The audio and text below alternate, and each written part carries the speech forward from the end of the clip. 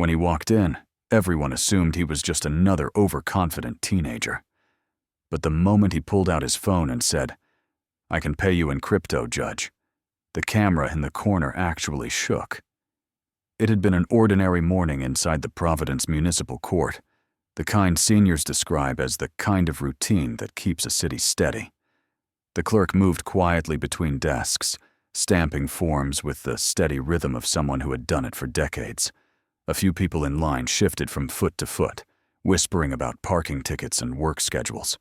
The fluorescent lights hummed softly above, casting the familiar pale glow on the wooden benches. Nothing unusual. Nothing tense. And then he entered, as if the room were his hallway, and everyone in it owed him space. 17. Thin. Wearing a designer hoodie that looked expensive, but purposely unpolished, like he wanted people to know he had money, but didn't care about it. His steps were sharp, almost rehearsed, the walk of someone used to winning arguments online, but unsure how to command a room of adults. The phone never left his hand. Charts flickered across the screen every time the display woke. Crypto prices. Constant checking. A reflex. He didn't wait for permission before stepping to the microphone. "I'm here for 3 red light tickets," he said, with the tone of someone announcing the weather. "Honestly, I make more than some lawyers here. This is just a formality." A few heads turned. One man chuckled under his breath. Another shook her head, offended, but too polite to say anything. Judge Caprio leaned back slightly, not in anger, more in curiosity, as if trying to figure out what kind of 17-year-old led with a line like that. The bailiff handed the judge the file. Caprio opened it, adjusted his glasses, and looked at the screen showing the traffic camera stills. Then he paused. "Hold on." His voice softened, puzzled. "Is that the same plate number connected to another incident?" A ripple moved through the room, a single sentence shifting the atmosphere. The boy didn't let him finish. He leaned toward the bench, casual to the point of disrespect. "Look, we don't need to waste time," he said. "If you want, I can just send you USDT or Bitcoin, whatever works. Just give me your wallet address." Someone in the back gasped. The clerk's pen stopped midair. A quiet, disbelieving laugh slipped from one of the defendants waiting their turn. Judge Caprio raised an eyebrow, a small movement, but sharp enough to cut through the entire room. "Young man," he said calmly, "do you realize what you just suggested?" The teenager blinked, completely unaware of the weight of his words, and completely unprepared for what was about to unfold. And before he could attempt another smirk or another careless offer, Caprio leaned forward ever so slightly. "Let me ask you, again," he said, his tone steady, almost gentle. "Do you understand the seriousness of what you're doing?" The boy didn't, not even close. And that was the moment the room felt it. This wasn't about a traffic ticket anymore. It was the beginning of something far bigger. The judge's question hung in the air, but the boy didn't answer. He shifted his weight from one sneaker to the other, suddenly unsure whether to stand tall or retreat into himself. The confidence he'd strutted in with wavered, just slightly, but enough for the room to sense a crack. Caprio flipped to another page in the file. His brows drew together for a moment before he spoke. "It says here," he began, measured and neutral, "that this isn't the first time you've tried to handle things through alternative payment methods. Care to explain why that keeps coming up?" The teenager forced a grin, the kind people wear when they hope charm will hide discomfort. "It's just a joke, really. Faster than mailing a check," he said, waving a hand, as if pushing away something unimportant. But his fingers twitched, a small, involuntary movement that betrayed unease. The judge watched him for a beat, then asked almost casually, "Is your Telegram handle Crypto Whiz Kid? The case notes reference a message from that account." The words hit him harder than any raised voice could have. His eyes flicked down. His hand tightened around the glowing rectangle in his palm. He didn't answer. Not immediately. A woman sitting near the aisle leaned toward the person beside her and whispered, not quite softly enough. I knew it was him. Caprio looked up. Ma'am, if you have something relevant to add, you may speak. She hesitated, then shook her head quickly. I'd rather not get involved. But he messaged me months ago about an investment group. I didn't reply. The courtroom shifted again, not louder, but heavier. The boy straightened abruptly, as if bracing against a cold wind. His voice sharpened. It was harmless, just information. People ask me for advice all the time. No one responded. The silence made the room feel smaller. Caprio closed the file gently, one hand resting on top of it. You know, he said, not accusingly but with unmistakable clarity. A young man your age usually has an entirely different set of priorities. But everything about you speaks of someone trying very, very hard to appear untouchable. The boy's jaw tightened. He didn't grow up with the wealth his clothes advertised. That much was obvious. His father, a man constantly chasing funding rounds, always traveling, rarely present, had built a household around ambition rather than guidance.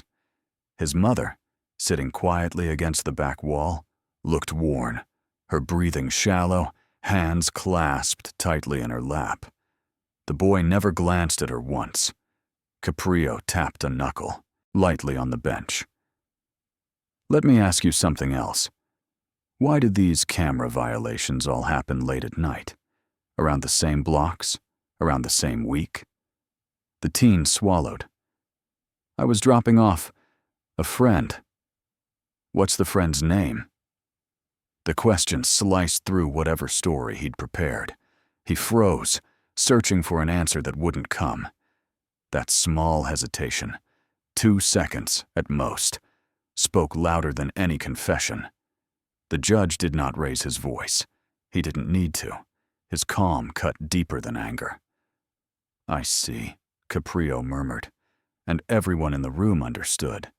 There was more to this boy than his polished arrogance and glossy phone. Something had been brewing long before he walked into this courtroom. A picture was forming, not of a genius, not of a mastermind, but of a teenager trying to fill silence with swagger. He didn't realize the mask had already begun to slip. The room certainly did. And Caprio, watching him with the eye of someone who had seen decades of young men crumble under their own bravado, prepared to ask the question that would finally break through. The hesitation still clung to the air when Judge Caprio quietly adjusted the papers before him. He didn't raise his voice, didn't change his posture. He simply asked a question that seemed harmless on the surface, and yet landed like a hammer on the boy's thin layer of confidence. Why, Caprio said, with a calmness that felt surgical. Did your car stop near the same house 3 times in 1 week? A ripple went through the courtroom. Not dramatic, more like the faint tremor before a storm. The teenager's thumb brushed the edge of his phone, tapping the screen as if afraid the device might vanish. His shoulders, usually squared with bravado, slumped by the smallest margin. I told you, he murmured. I was giving a ride to someone. Caprio looked at him over the rims of his glasses. What's their name? The boy blinked. Once. Twice. A silence stretched long enough for people to start exchanging looks. His lips parted, but no word came out. The facade that had carried him through countless online debates, countless swagger-filled posts and crypto-bragging sessions, cracked. Not loudly, but noticeably. Before the judge could press further, a chair scraped in the back. Everyone turned. A man stood, slender, gray at the temples, wearing the kind of conservative sweater educators favor. He clasped his hands together, unsure whether he was making a mistake by speaking. Your Honor. His voice trembled, but not from fear, from conflict. "I teach this young man. I didn't intend to say anything today, but I think you should know. He's been selling trading signals to students. Some lost money. Quite a bit for kids their age." The boy spun around. "That's not... You don't understand the market." The teacher didn't flinch. "I understand children who trust easily." The courtroom sank into a dense, uneasy hush. Something about a teacher speaking. Someone who had watched this boy grow. Someone not motivated by anger or revenge. Carried a particular weight. Caprio nodded once, acknowledging the courage it took to stand up. Then he reached for a thin folder the bailiff had set aside earlier. He unfolded several printed pages and spread them across his bench.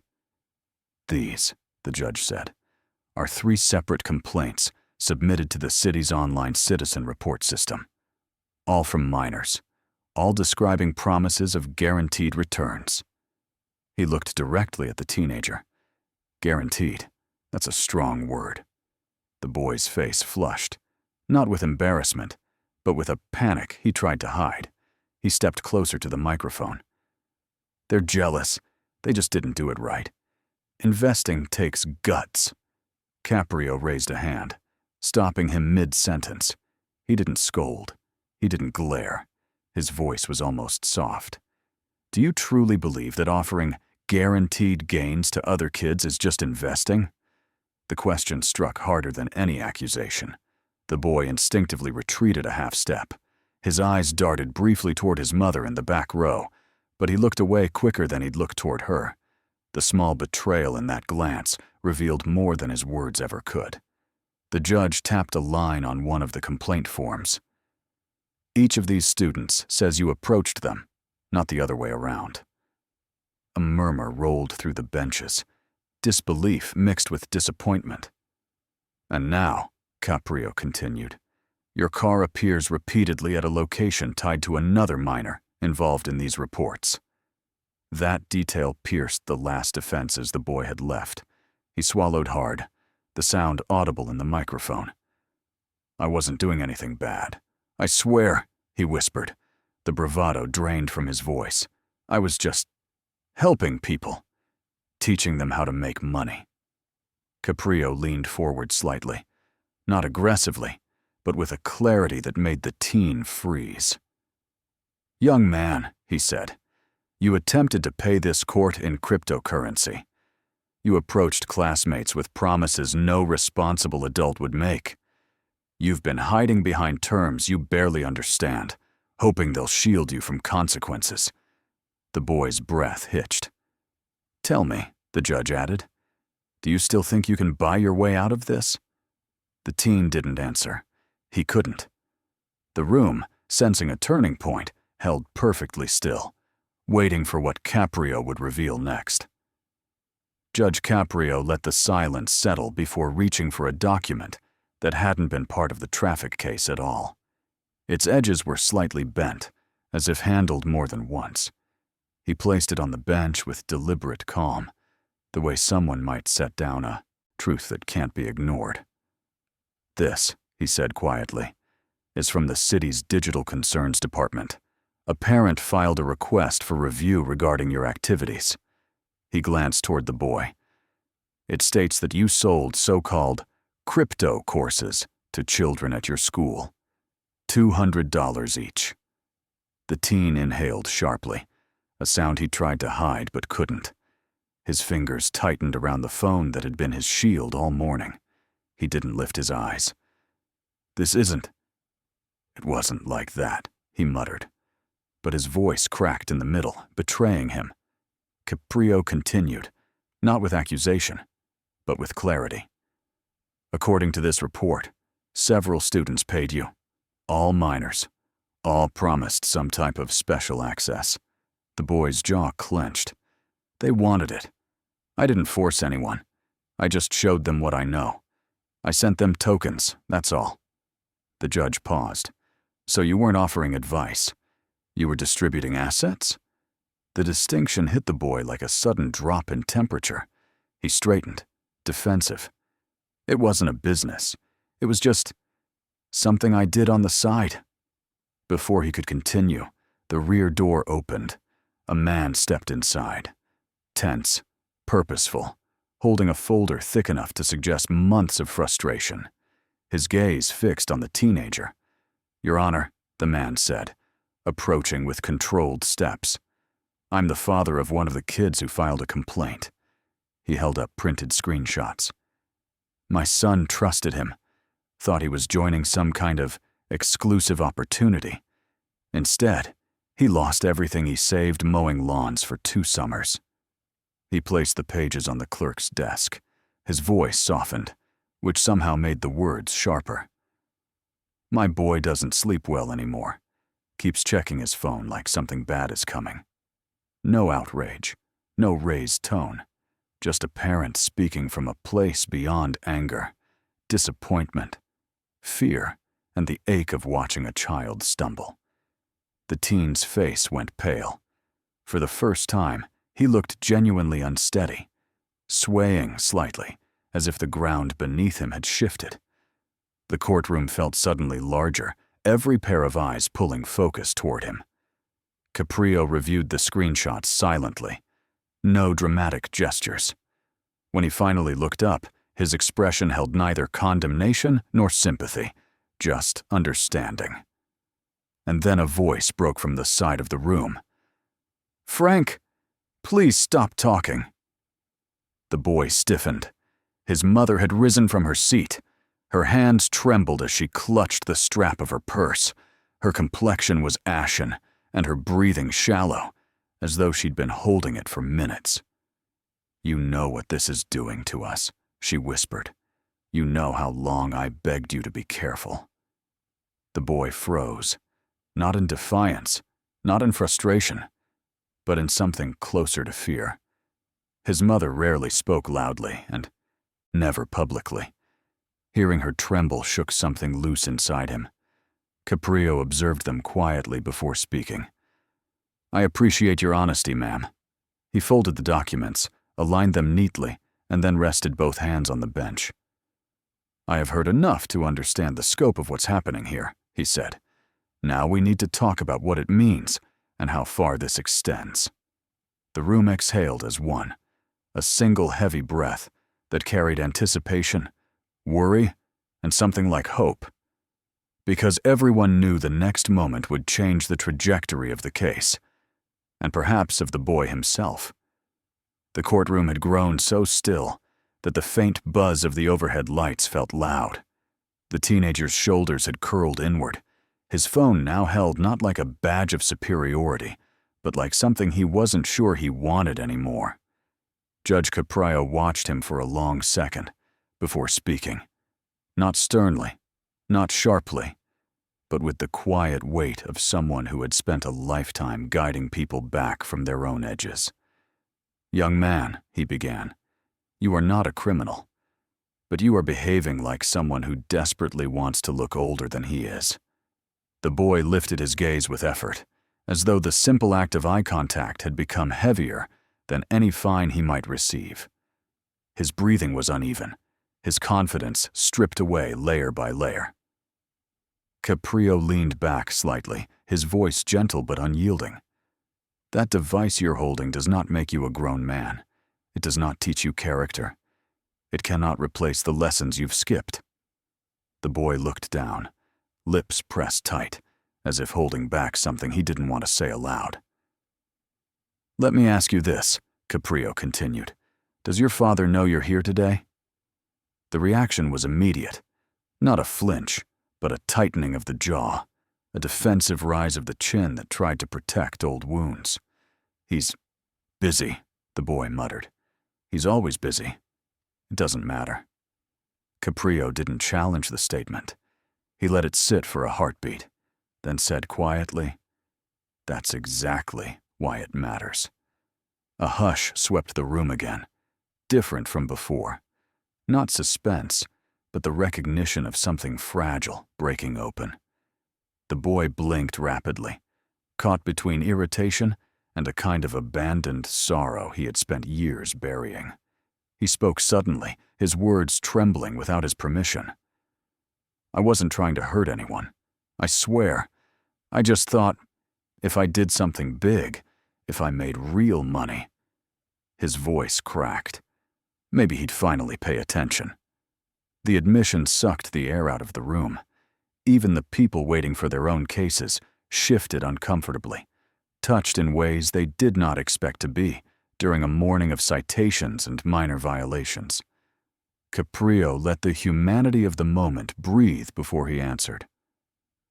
"Success," he said softly, "is not measured by numbers on a screen. It is measured by what you own inside yourself: responsibility, integrity, humility.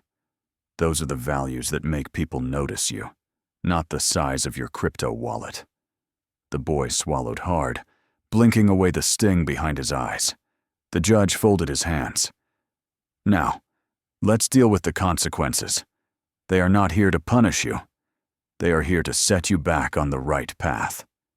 He spoke carefully, each word firm but laced with compassion. "You will pay your traffic fines, all of them. You will return the money to the 3 students who filed complaints. And you will attend 3 sessions with the city's youth financial counselor. You need guidance, not a courtroom." No one protested, not even the boy. He nodded slowly, the bravado gone, replaced by something quieter: acceptance. I'll make it right," he whispered. It wasn't loud, but it was sincere.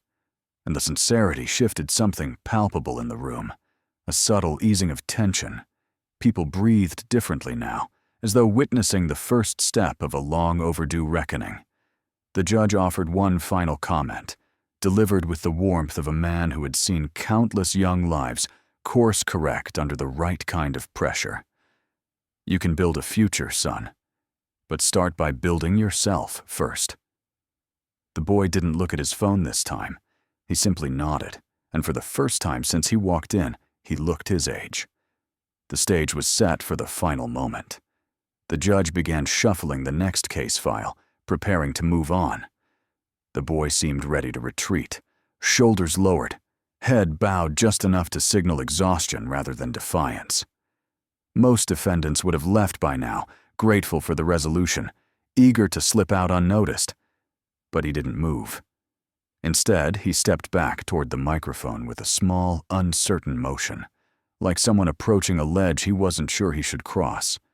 The courtroom stilled again, sensing the shift. "Your Honor," he said quietly, "may I say something else?" The tone startled people. It carried no bravado, no arrogance, not even that brittle defensiveness he'd worn like armor. It was simply human. Caprio looked up, giving him the full weight of his attention. "Go ahead." The boy lifted his phone, not proudly, not as a tool, but almost as if presenting an object he no longer wanted to hide behind. With a single swipe, he opened the screen and held it out. "I deleted the channel," he said. "The one I used to post signals. It's gone. I'm done with it." No applause, no dramatic gasp, just a quiet moment where the gesture spoke louder than any speech could. A small step, but a meaningful one, the kind of step that hinted at a boy finally turning toward the light he'd avoided. From the back of the room came a soft, trembling sound. His mother covered, her mouth with her hand, tears gathering faster than she could blink them away. She whispered, barely audible, "Thank you, Judge. He hasn't listened to anyone in so long." Her words weren't a plea. They were an acknowledgement, a grateful one, that someone had finally broken through where she could not. The judge didn't smile. He simply regarded the boy with a level gaze, full of a gentle kind of gravity. "Change doesn't happen in a single day," he said. "But every day gives you a chance to choose who you want to be." The teenager nodded, the gesture small but genuine. His chest rose and fell, as though he'd been carrying something heavy for years, and had finally put it down. Caprio leaned forward slightly. "Listen to me now. We all fall. Every single one of us. What matters is who stands back up, and how. Those words landed without fanfare, embedding themselves into the quiet of the room like seeds dropped into fertile soil. The boy backed away from the microphone. This time, when he slipped his phone into his pocket, he didn't glance at the screen. No charts, no blinking numbers, no frantic need to prove anything. The device was just a phone again, not an identity. As he walked toward the exit, he passed the teacher who had spoken earlier. The man gave him a small nod. Reserved, cautious, but respectful. A silent message that said, "I saw what you did, and I believe you can do better." For a moment, the boy hesitated, returning the nod with an awkward sincerity. It was the first real connection he'd made with an adult all day. Then he stepped out into the hallway, where the muffled sounds of the city drifted through the glass doors. Traffic rolling by, someone laughing on the sidewalk, life moving steadily forward. The courtroom exhaled, and somewhere in that quiet release, a thought lingered. One that every person present could feel in their bones. This hadn't been a verdict. It had been a turning point, a conversation between youth and wisdom. And this time, youth finally listened.